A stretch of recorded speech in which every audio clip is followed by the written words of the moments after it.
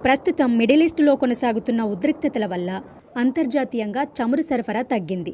భారత్లో ఎల్పీజీ కొరత గురించి చర్చ జరుగుతోంది. చాలామంది ప్రత్యామ్నాయ మార్గాల గురించి మాట్లాడుకుంటున్నారు. అయితే గ్యాస్ గురించి మాట్లాడేటప్పుడు సహజ వాయువు అని, ఎల్పీజీ, సిఎన్జీ, ఎల్ఎన్జీ అని వింటుంటాం కదా. మరి ఈ గ్యాస్ రకాలన్నీ ఒకటేనా? వీటి తయారీలో ఉన్న తేడాలేంటి? వీటికి సమాధానాలు ఈ వీడియోలో చూద్దాం. సహజ వాయువు అంటే ఏంటి? సహజ వాయువు అనేది బొగ్గు, చమురులాగే ఒక శిలాజ ఇంధనం.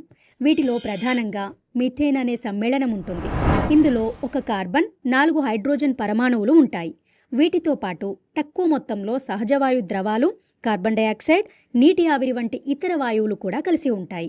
దీనిని కేవలం ఇంధనంగానే కాకుండా రసాయనాలు, వివిధ వస్తువుల తయారీలోనూ ఉపయోగిస్తారు. సహజవాయువు పుట్టుకకు సుదీర్ఘ చరిత్ర ఉంది. పూర్వకాలంలో చనిపోయిన మొక్కలు, సూక్ష్మజీవుల అవశేషాలు భూమిపై, సముద్ర గర్భంలో దట్టమైన పొరలుగా పేరుకుపోయాయి. కాలక్రమేణా ఇవి ఇసుక, శిలల కింద కూరుకుపోయాయి. భూమి లోపల ఉండే విపరీతమైన పీడనం, ఉష్ణోగ్రత వల్ల ఈ పదార్థంలోని కార్బన్, హైడ్రోజన్లు రసాయన మార్పులకు లోనయ్యాయి. అలా కొన్ని బొగ్గుగా, మరికొన్ని చమురుగా, ఇంకొన్ని వాయు రూపంలో సహజ వాయువుగా రూపాంతరం చెందాయి.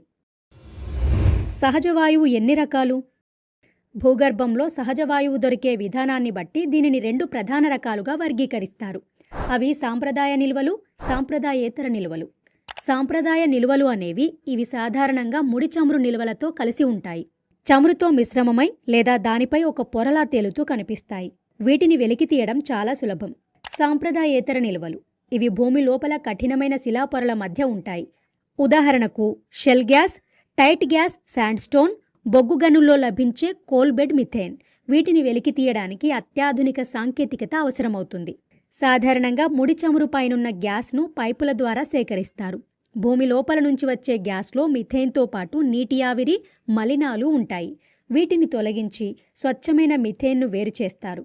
ఈ ప్రక్రియలోనే మనకు ఎల్పీజీ కూడా ఉప ఉత్పత్తిగా లభిస్తుంది. ఇలా శుద్ధి చేసిన గ్యాస్ను సిఎన్జీ, ఎల్ఎన్జీ, పిఎన్జీ రూపంలో వాడుకుంటాం. ఇప్పుడు వీటి గురించి మాట్లాడుకుందాం. ఎల్పీజీ అంటే ఏంటి? ఎల్పీజీ అంటే లిక్విఫైడ్ పెట్రోలియం గ్యాస్. ఇది ప్రొపైన్, బ్యూటేన్ వాయువుల మిశ్రమం. ఇది 2 వేర్వేరు మార్గాల ద్వారా మనకు లభిస్తుంది. ఒక మార్గం ఏంటంటే రిఫైనరీ టవర్లో ముడి చమురును మరిగించినప్పుడు అన్నింటికంటే పైన తేలికపాటి వాయువులు విడిపోతాయి. అవే ప్రొపైన్, బ్యూటేన్. వీటినే సిలిండర్లలో నింపి ఎల్పీజీగా వాడుతారు.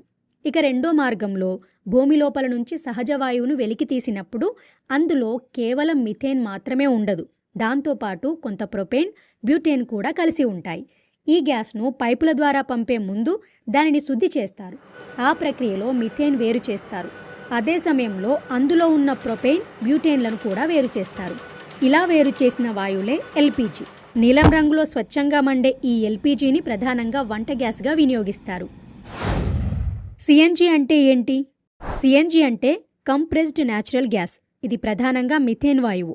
సహజ వాయువును అత్యంత అధిక పీడనం వద్ద కంప్రెస్ చేసి ట్యాంకుల్లో నింపుతారు.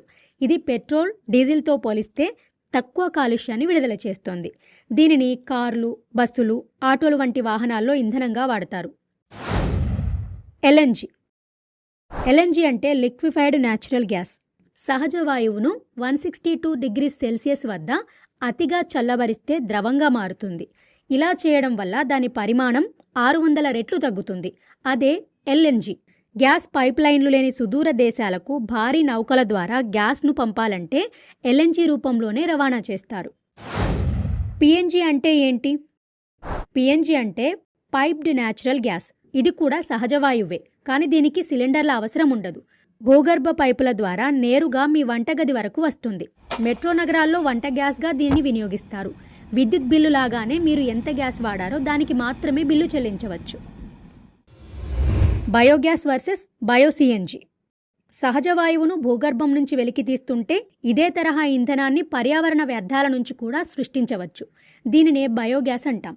వ్యవసాయ వ్యర్థాలు, పశువుల పేడను గాలి తగలకుండా కుళ్ళింపజేయడం ద్వారా ఇది తయారవుతుంది. అయితే ఈ బయోగ్యాస్ను అధునాతన పద్ధతుల్లో శుద్ధి చేసి అందులోని మలినాలను తొలగించినప్పుడు మిథేన్ శాతం 90% పైగా పెరుగుతుంది. ఇలా శుద్ధి చేసిన వాయువును అధిక పీడనం వద్ద కంప్రెస్ చేసి సిలిండర్లలో నింపితే దానిని బయోసిఎన్జీ అంటారు. దీని లక్షణాలు సహజ వాయువుతో సమానంగా ఉండటం వల్ల వాహనాల్లో ఇంధనంగా వాడుతుంటారు.